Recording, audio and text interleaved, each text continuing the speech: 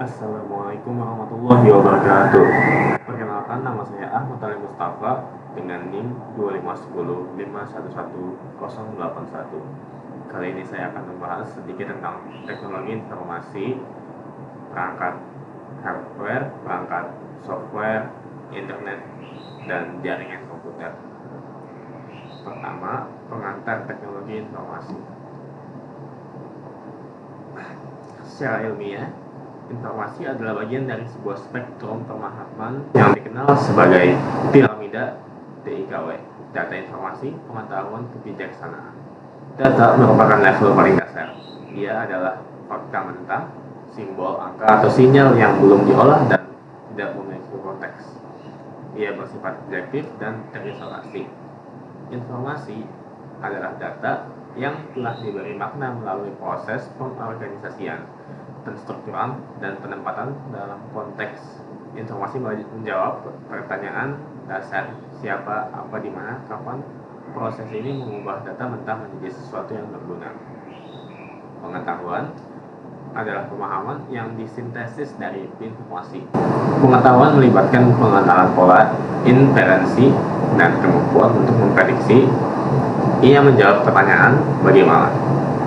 Kebijaksanaan adalah puncak piramida. Kebijaksanaan atau wisdom adalah penerapan pengetahuan dengan penilaian etis, wawasan, dan pemahaman mendalam tentang prinsip-prinsip yang mendasarinya. Ia menjawab pertanyaan mengapa. Contohnya untuk data adalah seperti simbol atau angka 3.500.000 atau nama tempat Jakarta ataupun nama tanggal seperti 15 Oktober 2023. Contoh transformasi data menjadi informasi adalah data yang tadi transformasi menjadi terjadi transaksi penjualan produk jaket senilai 3.500.000 di Jakarta pada tanggal 15 Oktober 2023. Contoh pengetahuan. Dari informasi penjualan bulanan, kita mendapatkan pengetahuan penjualan jaket selalu meningkat sebesar 40% setiap kali musim hujan. Bagaimana cara menaikkan omset? Dengan meningkatkan stok jaket sebelum musim hujan. Contoh wisdom atau kebijaksanaan. Mengapa kita tidak menaikkan harga jaket secara drastis saat permintaan tinggi? Karena menjaga loyalitas pelanggan dan membangun reputasi bisnis yang etis dalam jangka panjang lebih berharga daripada keuntungan saat. Teknologi informasi. Definisinya secara luas, teknologi adalah aplikasi dari pengetahuan ilmiah untuk tujuan praktis terutama di industri. Dan definisi teknologi informasi secara spesifik adalah seperangkat alat teknik dan metodologi yang menggunakan komputasi untuk mengumpulkan, memproses, menyimpan, mengamankan, dan menyebarkan informasi. Sistem teknologi informasi terdiri dari 5 komponen fundamental yang saling bergantung, yaitu pertama hardware, komponen fisik dari sistem komputer. Contohnya CPU, memori, storage, input dan output. Lalu ada software, yaitu instruksi atau program yang memberitahu perangkat keras apa yang harus dilakukan. Contohnya OS dan software lainnya. Lalu ada network, infrastruktur yang menghubungkan berbagai perangkat keras agar dapat berkomunikasi dan berbagi sumber daya. Contohnya jenis-jenis jaringan, media transmisi, dan protokol. Lalu ada data, aset paling berharga dalam sistem teknologi informasi. Ini adalah fakta mentah yang diproses untuk menjadi informasi nanti. Lalu manusia atau people, yaitu ada pengguna, operator, teknisi, dan administrator yang merancang, membangun, mengelola, dan menggunakan sistem TI. Sejarah dan evolusi TI dimulai diawali pada era pramekanis. Dulu hanya menggunakan sistem tulis menulis dan alat menghitung masih menggunakan stempel. Lalu pada tahun 1450 sampai 1840 terciptalah mesin cetak bulat dan kalkulator mekanis Lalu pada era elektronik pada tahun 1840 sampai 1960 tercipta telegraf, telepon, dan ponsel. Pada era elektronik yang dari 1950 sampai sekarang dibagi menjadi 5 generasi. Yang pertama dari 1940 sampai tahun 56 adanya tabung vakum. Generasi 2 dari 1956 sampai 1963 transistor. Generasi ketiga 1964 sampai 1971 sirkuit terpadu (IC). Generasi 4 1971 sampai sekarang microprocessor, dan generasi 5 sekarang sampai depan AI dan komputasi paralel. Untuk sejarah lahirnya internet dimulai dari tahun 1969 di mana Departemen Pertahanan Amerika Serikat meluncurkan ARPANET, yaitu jaringan desentralisasi yang dirancang untuk tahan terhadap serangan dan menghubungkan beberapa universitas. Pada tahun 1970-an, pengembangan protokol fundamental TCP/IP yang menjadi bahasa universal internet. Lalu dari 1989 sampai 1991, tim Berners-Lee di CERN menciptakan World Wide Web, sebuah sistem untuk berbagi informasi melalui hypertext. Ini adalah aplikasi di atas internet, bukan internet itu sendiri. Dia menciptakan HTML, URL, dan HTTP. Lalu pada 1993, rilislah browser web Mosaic yang pertama kali mempopulerkan web dengan antarmuka grafis yang ramah pengguna. Ini memicu ledakan penggunaan internet di kalangan publik. Era perkembangan dan paradigma TI. Era mainframe dari 1960-an sampai 1970-an, komputasi terpusat pada satu komputer raksasa yang mahal. Era personal komputer pada tahun 1980-an, mikroprosesor memungkinkan komputer yang terjangkau untuk individu dan usaha kecil. Era client server 1990-an, PC klien dihubungkan melalui jaringan ke komputer server yang kuat.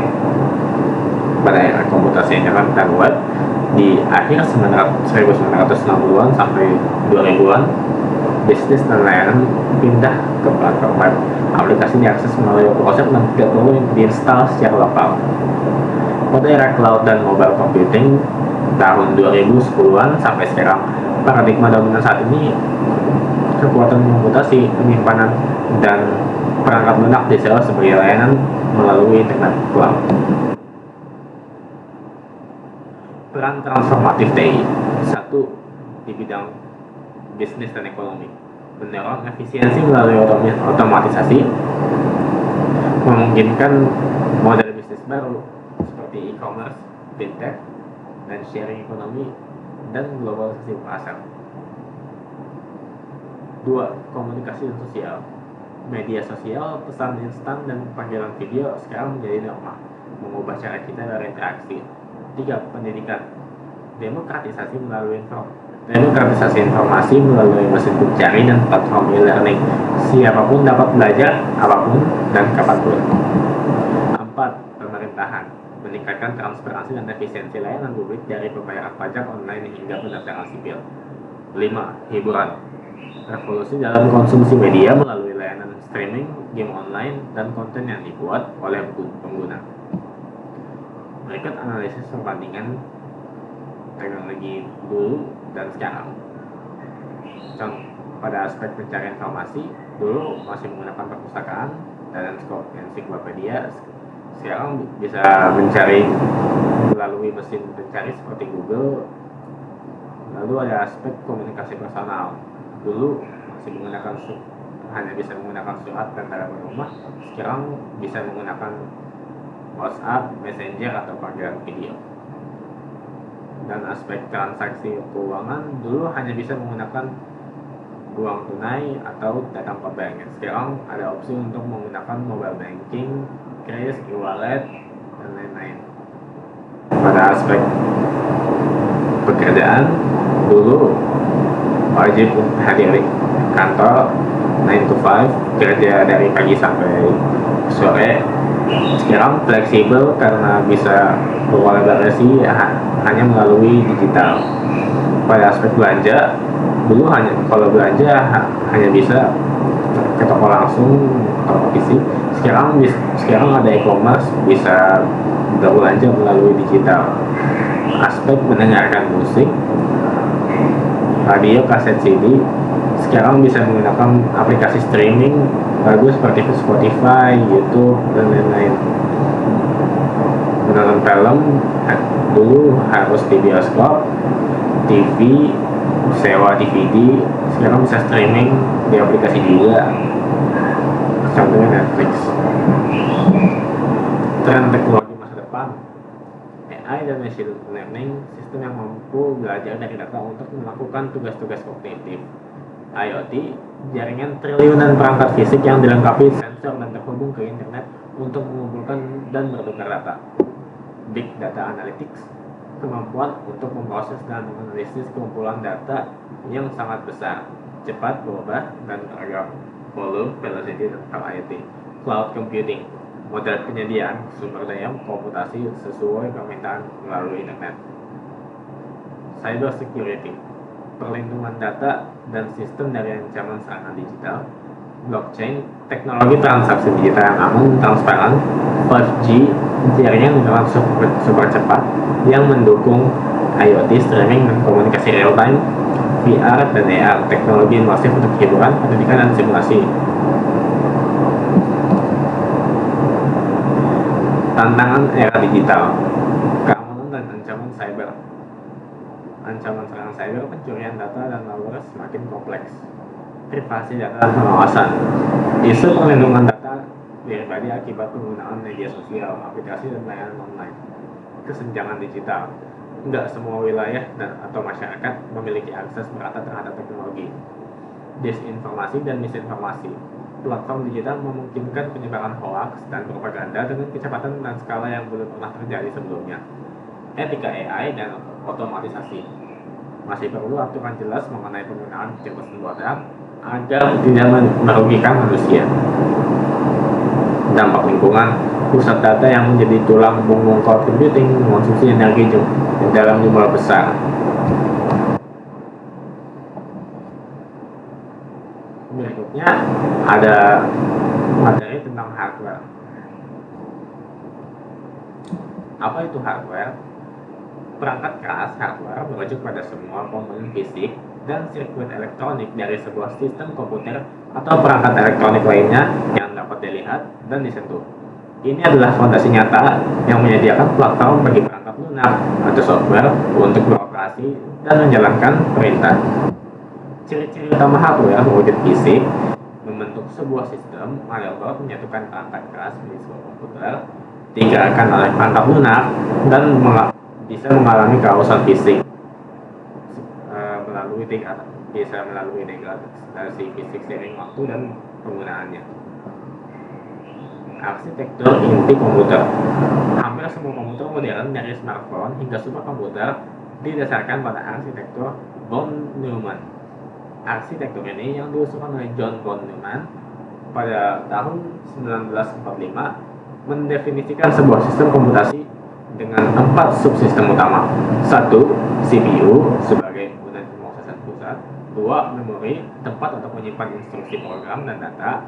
3. Input-output, mekanisme untuk berkomunikasi dengan dunia luar. Dan 4. Bus, jalur komunikasi yang menghubungkan semua komponen tersebut. Komponen-komponen utama. A. CPU sang otak. CPU adalah pusat dari semua operasi komputasi.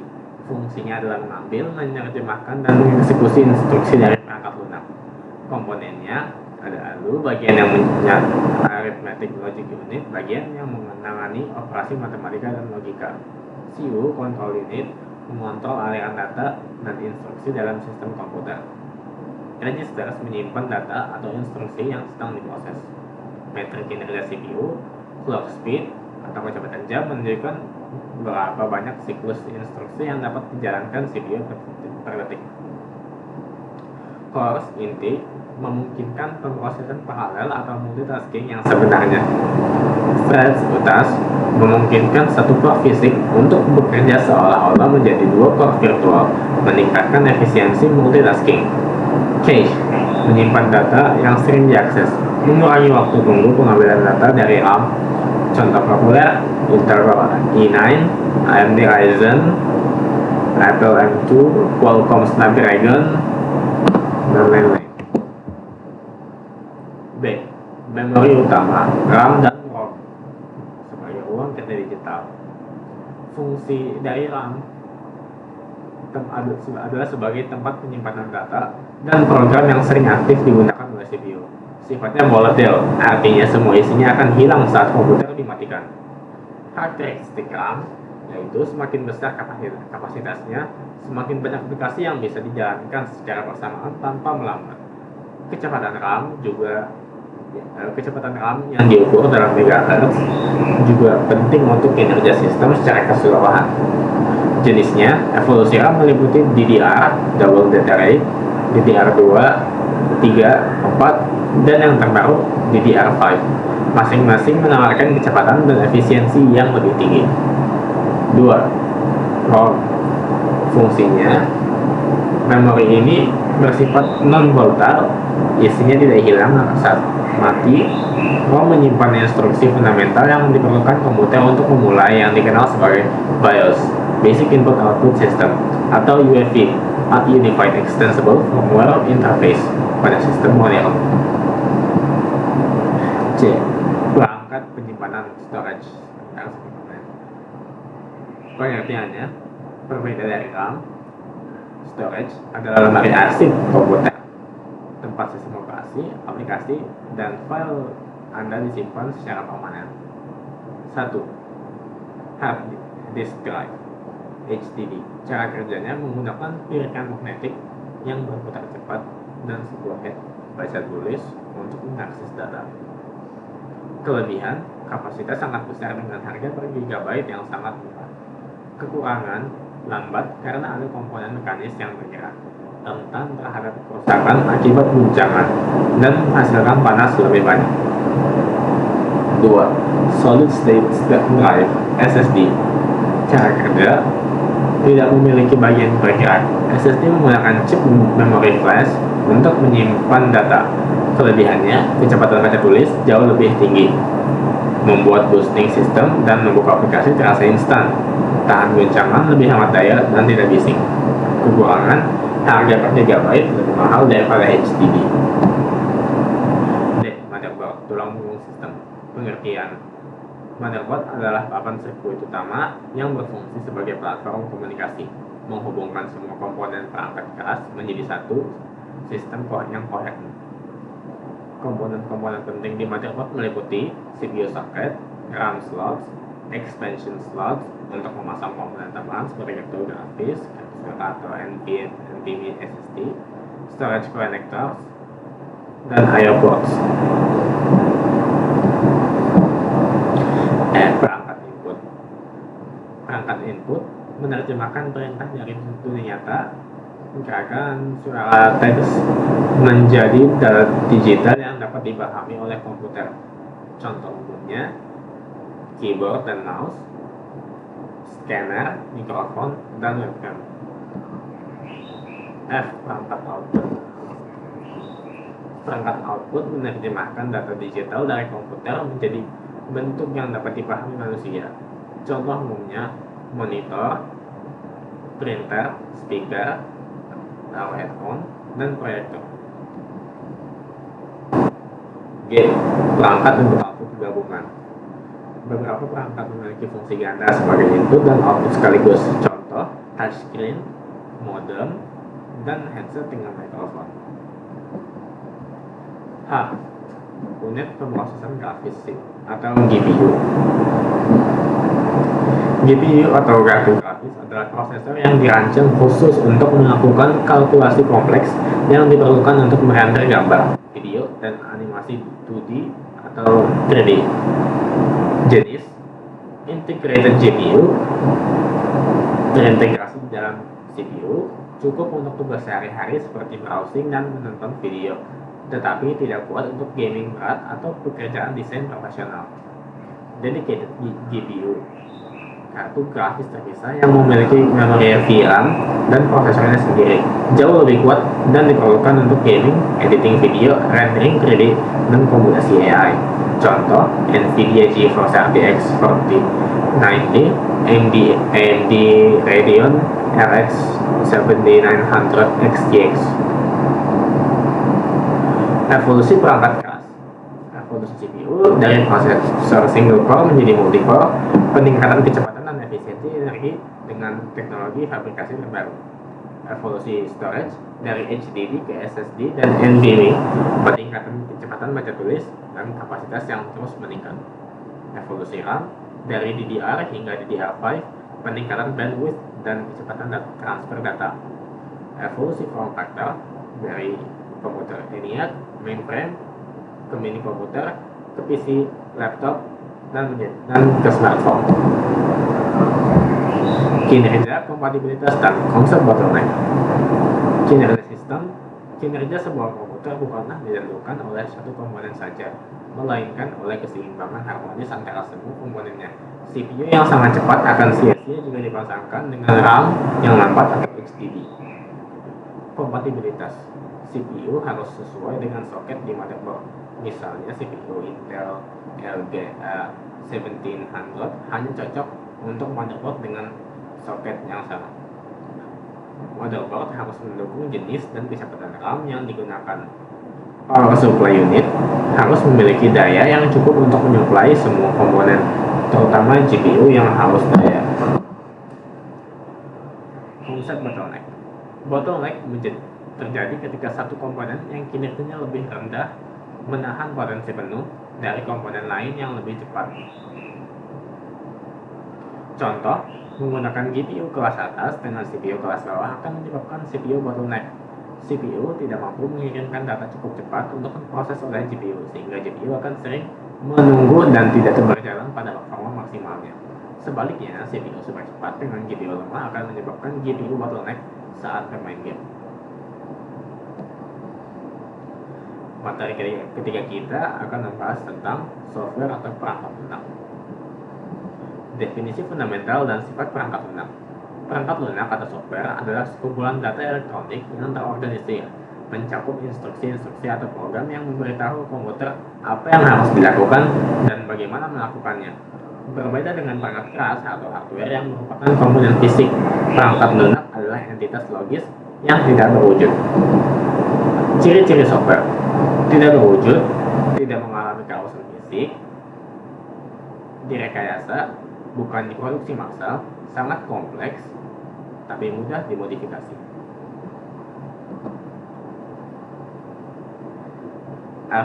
Arsitektur berlapis. Lapisan 0, perangkat keras, menjadi fondasi fisik yang paling dasar. Lapisan 1, OS, atau sistem operasi. Lapisan software pertama yang berada tepat di atas hardware. OS bertindak sebagai perantara, menyembunyikan detail teknis hardware yang rumit dari aplikasi dan pengguna.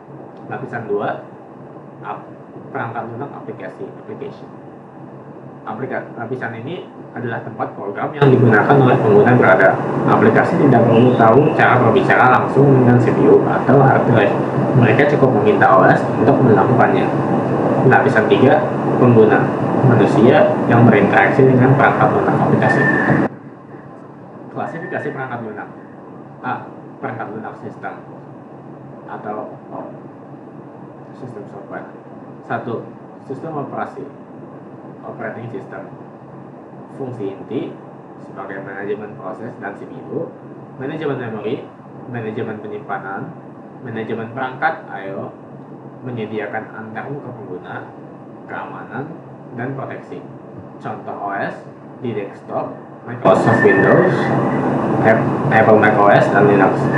Pada mobile ada Google Android, Apple iOS, dan untuk server ada Windows Server, Red Hat Enterprise Linux, dan Ubuntu Server. 2. System Utilities. System Utilities ini adalah program kecil yang melakukan tugas pemeliharaan atau fungsi spesifik untuk membantu mengelola dan mengoptimalkan komputer. Contoh, antivirus, perangkat lunak backup, manajer file, alat defragmentasi disk. 3. Device drivers. Driver adalah penerjemah khusus. Setiap komponen hardware, misalnya kartu Nvidia, printer Canon, memiliki cara kerja yang unik. Driver adalah perangkat lunak kecil yang memberitahu sistem operasi cara berkomunikasi dan mengontrol hardware spesifik tersebut. Tanpa driver yang tepat, hardware tidak akan berfungsi. B. Perangkat lunak aplikasi. Application software. Perangkat lunak aplikasi adalah program yang dirancang untuk membantu pengguna melakukan tugas-tugas spesifik yang produktif, kreatif, dan menghibur. Klasifikasi berdasarkan fungsi. Aplikasi produktivitas kantor, Office Suite. Contoh, Microsoft Office, Word, Excel, PowerPoint, dan Google Workspace, dan LibreOffice.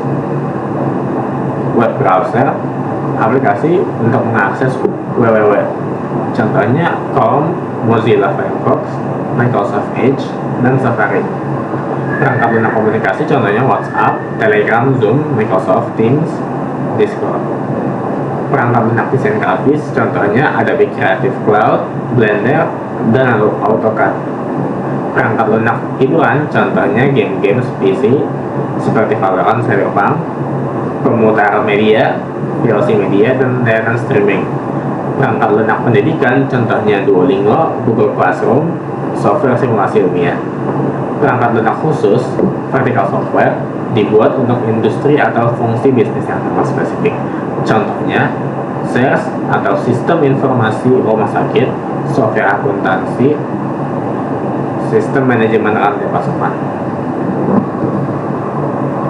Siklus hidup pengembangan perangkat lunak, SDLC atau Software Development Lifecycle, dimulai dari perencanaan, analisis kebutuhan, desain, implementasi, pengujian, penerapan, dan pemeliharaan. Metodologi pengembangan. Ada waterfall, model klasik yang bersifat linear dan sekuensial. Setiap fase harus selesai sebelum fase berikutnya dimulai. Kaku dan tidak cocok untuk proyek yang kebutuhannya sering berubah. Agile, pendekatan modern yang bersifat iteratif dan incremental. Pengembangan dilakukan dalam siklus pendek yang disebut sprint, memungkinkan fleksibilitas dan adaptasi terhadap perubahan. DevOps, sebuah kultur dan praktik yang mengintegrasikan tim pengembangan dan tim operasi IT untuk mengotomatisasi dan mempercepat siklus pengiriman perangkat lunak. Peralatan dan bahasa pemrograman. Bahasa pemrograman sintaks formal untuk menulis instruksi komputer. Contohnya Python, JavaScript, Java, dan C++. IDE atau Integrated Development Environment, aplikasi yang menyediakan fasilitas lengkap untuk programmer seperti editor kode, debugger, dan compiler. Contohnya VS Code dan IntelliJ IDEA. Version Control System, alat untuk melacak perubahan pada kode sumber. Git adalah standar industri saat ini. Modelisasi dan distribusi. Proprietary, perangkat lunak milik kode sumbernya tertutup dan dimiliki oleh perusahaan. Freeware, gratis untuk digunakan, tetapi kode sumbernya tetap tertutup dan memiliki batasan. Open source, kode sumbernya tersedia untuk umum. Shareware, model coba sebelum membeli. Software as service, model distribusi berbasis langganan di mana software di host di cloud dan diakses melalui web browser. Jaringan komputer. Konsep dasar jaringan komputer. Jaringan komputer adalah sebuah sistem yang terdiri dari dua atau lebih komputer yang saling terhubung melalui media transmisi dan diatur oleh serangkaian aturan atau protokol untuk tujuan berbagi sumber yang daya, bertukar data, dan memungkinkan komunikasi elektronik. Pada intinya, jaringan komputer memecahkan masalah isolasi. Sebuah komputer tunggal, sekuat apapun, memiliki keterbatasan. Jaringan melipat gandakan penggunaannya dengan menghubungkannya ke dunia luar. Tujuan fundamental jaringan: 1.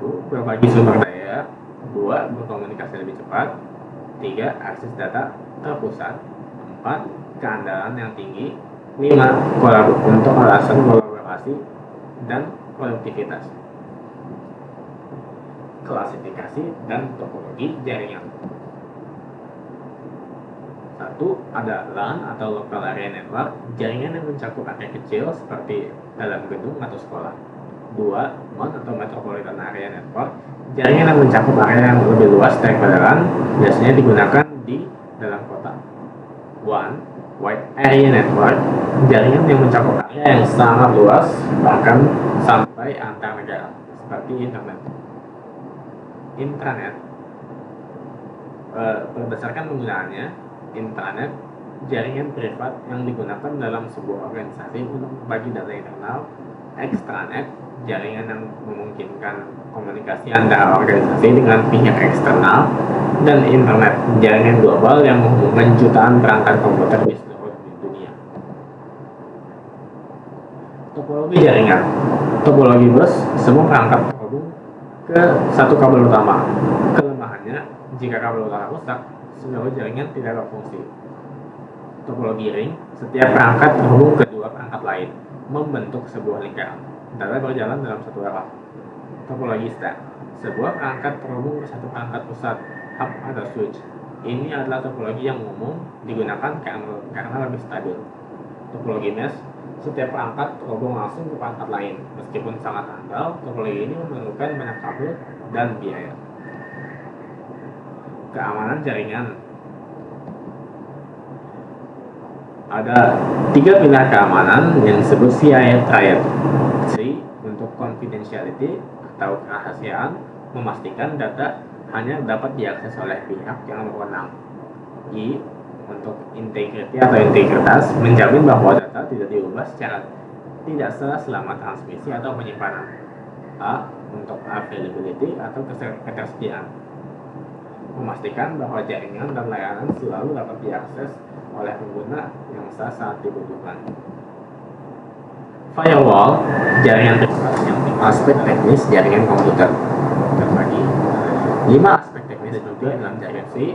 1. Protokol jaringan yang memungkinkan komunikasi antara organisasi dengan pihak-pihak data ditransmisikan dan diterima dalam jaringan. Contoh protokol TCP/IP, Transmission Protocol, Internet Protocol, Transmission Control Protocol atau Internet Protocol yang digunakan dalam internet. Media transmisi, media yang digunakan untuk menghubungkan perangkat dalam jaringan seperti kabel tembaga, Ethernet, serat optik, fiber optik, atau jaringan kabel Wi-Fi. Ketiga, perangkat jaringan termasuk router, switch, hub, dan access point yang menghubungkan berbagai perangkat dalam jaringan dan memastikan data sampai ke tujuannya. 4. IP address, alamat unik yang diberikan ke setiap perangkat dalam jaringan untuk mengidentifikasi dan berkomunikasi. 5. Bandwidth, kapasitas atau lebar jalur transmisi data dalam jaringan. Bandwidth yang lebih besar memungkinkan transmisi data yang lebih cepat. Lapisan informasi pada sistem jaringan komputer. Lapisan fisik berhubungan dengan transmisi data secara fisik seperti kabel atau sinyal listrik. Lapisan data link mengatur pengiriman data antar perangkat yang langsung terhubung. Lapisan jaringan network layer bertanggung jawab untuk routing data termasuk pengalamatan IP. Lapisan transport mengatur pengiriman data yang dapat diandalkan antara dua titik komunikasi. Lapisan sesi mengatur komunikasi antara dua aplikasi. Lapisan presentasi mengonversi data ke format yang sesuai agar dapat dibaca oleh penerima. Lapisan aplikasi berhubungan langsung dengan aplikasi pengguna seperti web browser atau email. Mekanisme pertukaran data. Proses pertukaran data dalam jaringan. Pengalamatan data yang dikirim melalui jaringan diberi alamat tujuan berupa IP address sehingga sistem mengetahui kemana data harus dikirim. Pengemasan data, encapsulation, data dikemas dalam bentuk paket atau frame sebelum dikirim melalui jaringan. Protokol seperti TCP/IP bertanggung jawab dalam proses ini. Routing, paket data dikirimkan melalui jalur yang optimal oleh perangkat jaringan. Router menentukan jalur berdasarkan alamat tujuan dan kondisi jaringan. penguraian data, decapsulation. Data yang diterima oleh perangkat tujuan diuraikan dari paket atau frame dan dikirim ke aplikasi yang sesuai. Protokol yang digunakan TCP menjamin pengiriman data yang dalam teratur. UDP, protokol yang lebih cepat daripada TCP, tetapi tidak menjamin keandalan, sering digunakan untuk streaming video dan game online.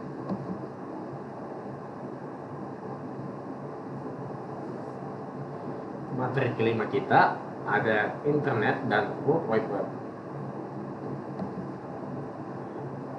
Pendahuluan, kita akan membedakan internet dan World Wide Web. Secara umum, istilah internet dan World Wide Web atau web sering digunakan secara bergantian, namun secara teknis keduanya adalah hal yang berbeda dan sangat penting untuk dipahami perbedaannya. Internet adalah infrastrukturnya. Bayangkan internet sebagai jaringan raya global yang menghubungkan kota-kota di seluruh dunia. Ini adalah perangkat keras, kabel fiber optik, satelit, router, dan protokol aturan lalu lintas yang memungkinkan data berpindah dari satu titik ke titik lain. World Wide Web adalah salah satu layanan yang berjalan di atas infrastruktur internet. Jika internet adalah jalan rayanya, maka web adalah salah satu jenis kendaraan yang paling populer di jalan tersebut, seperti sistem pengiriman surat atau parcel. Web adalah sistem untuk mengakses informasi melalui dokumen dan sumber daya lain untuk saling berhubung. Internet, infrastruktur jaringan global. Definisi dan cara kerja fundamental. Internet adalah sistem global dari jaringan komputer yang saling terhubung dan menggunakan suite protokol internet untuk berkomunikasi antara jaringan dan perangkat. Ini adalah jaringan dari segala jaringan yang bersifat terdesentralisasi, artinya tidak ada satu entitas pun yang memilikinya secara keseluruhan. Secara kerja fundamental, packet switching. Satu, pemecahan data. Ketika Anda mengirim data, misalnya sebuah gambar, sistem akan memecahnya menjadi ribuan potongan kecil yang disebut sebagai paket. Dua, pengalamatan. Setiap paket diberi label yang berisi informasi penting, termasuk alamat IP pengirim, alamat IP tujuan, dan nomor urutan paket tersebut. Tiga, pengiriman independen. Paket-paket ini kemudian dikirim ke internet dan berjalan secara independen. Mereka mungkin mengambil rute yang berbeda-beda untuk mencapai tujuan, tergantung pada kondisi lalu lintas jaringan saat itu. 4. Perakitan kembali. Ketika semua paket tiba di tujuan, perangkat menerima akan menyusunnya kembali sesuai nama urutan untuk merekonstruksi data asli. Jika ada paket yang hilang, sistem melalui TCP akan memintanya dikirim ulang. Sejarah dari ARPANET hingga jaringan global. Latar belakang tahun 1960-an. Di tengah perang dingin, Departemen Pertahanan AS khawatir jika serangan nuklir dapat melumpuhkan jaringan komunikasi musuh mereka. Mereka membutuhkan jaringan yang terdesentralisasi dan dapat bertahan jika sebagian darinya hancur. Kelahiran ARPANET tahun 1969. ARPA atau Advanced Research Project Agency mendanai proyek ARPANET. Pada 29 Oktober 1969, koneksi pertama berhasil dibuat antara 4 universitas di AS, UCLA, Stanford, UC Santa Barbara, dan University of Utah. Inilah momen kelahiran internet. Pengembangan TCP/IP tahun 1970-an. Vinton Cerf dan Robert Hahn mengembangkan protokol fundamental TCP/IP yang menjadi bahasa standar untuk komunikasi di ARPANET dan kemudian di seluruh internet. Protokol ini secara resmi diadopsi pada tahun 1983. Transisi ke NSFNet tahun 1980-an. National Science Foundation (NSF) menciptakan jaringan sendiri NSFNet yang menjadi tulang punggung web internet, menghubungkan lebih banyak universitas dan pusat penelitian. Masa komersialisme tahun 1990-an. Pemerintah Amerika Serikat menyerahkan kontrol tulang punggung internet ke entitas komersial, membuka jalan bagi penyedia layanan internet ISP dan meledakan pertumbuhan penggunaan internet oleh publik.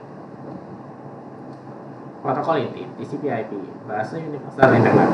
IP, internet protokol, bertanggung jawab atas pengalamatan dan perutuan addressing, dan routing. Setiap perangkat yang terhubung ke internet diberikan alamat IP yang unik seperti alamat rumah. IP memastikan paket data dikirim ke alamat yang benar.